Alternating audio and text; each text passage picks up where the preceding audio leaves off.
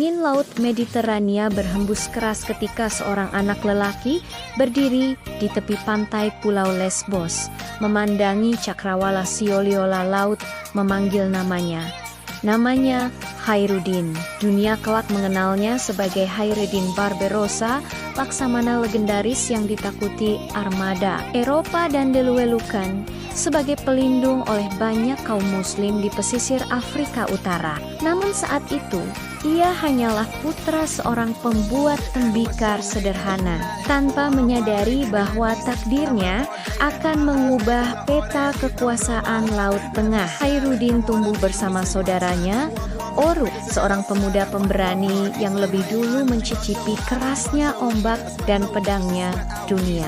Bersama mereka meninggalkan kehidupan sederhana dan menjadi pelaut. Awalnya berdagang, namun dunia pada abad ke-15 bukanlah tempat yang ramah.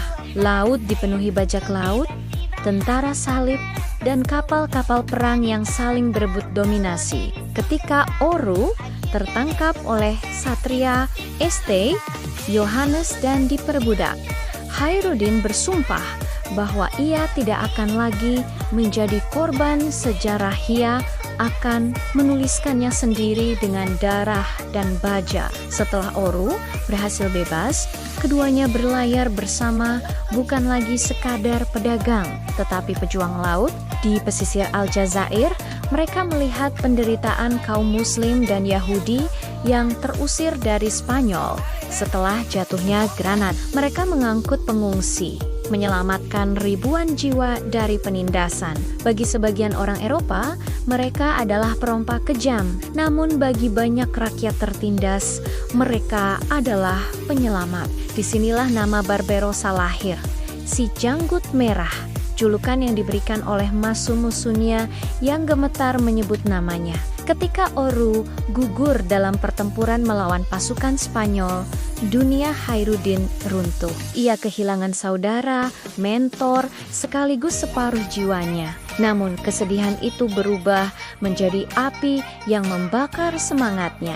Ia melanjutkan perjuangan, mengambil alih kepemimpinan dan mempersembahkan wilayah Aljazair kepada Kesultanan Utsmaniyah. Keputusannya mengubah segalanya. Ia diangkat menjadi laksamana agung oleh Sultan Sulaiman the Magnificent, salah satu penguasa paling kuat dalam sejarah. Sebagai laksamana Utsmaniyah, Khairuddin Barbarossa memimpin armada yang mengguncang laut Mediterania. Kapal-kapalnya bergerak seperti bayangan maut di cakrawala. Di bawah komandonya, strategi laut berkembang menjadi seni perang yang mematikan. Ia tidak hanya mengandalkan kekuatan, tetapi kecerdikan. Ia mempelajari pola angin, arus laut, dan taktik musuh dengan detail luar biasa.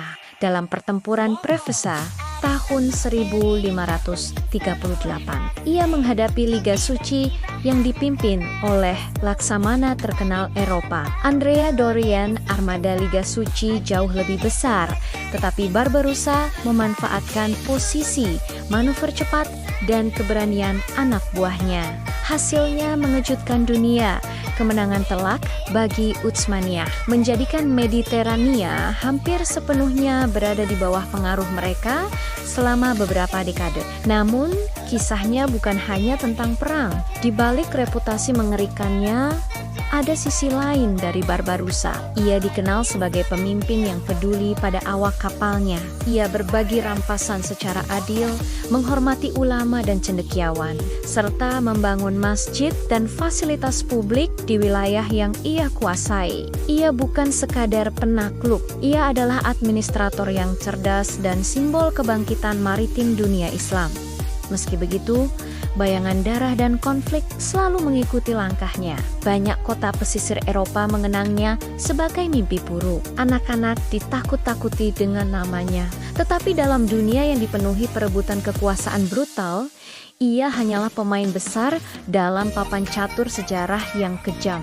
Tahun-tahun berlalu, rambut merahnya mulai memutih. Sang laksamana yang dahulu berdiri gagah di haluan kapal, kini lebih sering memandang laut dari balkon istananya di Istanbul. Ia telah melihat ribuan pertempuran, kehilangan sahabat, dan menyaksikan kerajaan bangkit serta runtuh. Namun satu hal tetap sama, laut selalu memanggilnya. Menjelang akhir hidupnya, Hayreddin Barbarossa dikabarkan berkata bahwa ia tidak takut mati, karena laut telah mengajarinya satu hal, bahwa setiap gelombang yang pecah di pantai hanyalah awal dari gelombang berikutnya. Ketika ia wafat pada tahun 1546, armada Utsmaniyah menembakkan penghormatan terakhir. Namanya diabadikan dalam doa para pelaut yang berlayar dari Istanbul hingga Aljazair. Namun, legenda tidak pernah benar-benar mati. Hingga hari ini, makamnya di Istanbul masih diziarah. Setiap kapal perang Turki yang berlayar diyakini membawa semangat seorang anak pulau kecil yang berani menantang kekuatan dunia dan mengubah jalannya sejarah. Dan ketika matahari terbenam di atas laut Mediterania, airnya terkadang tampak kemerahan, seakan-akan memantulkan bayangan janggut merah yang pernah membuat lautan bergetar. Karena Hayreddin Barbarossa bukan hanya nama dalam buku sejarah, ia adalah badai. Dan badai tidak pernah benar-benar hilang.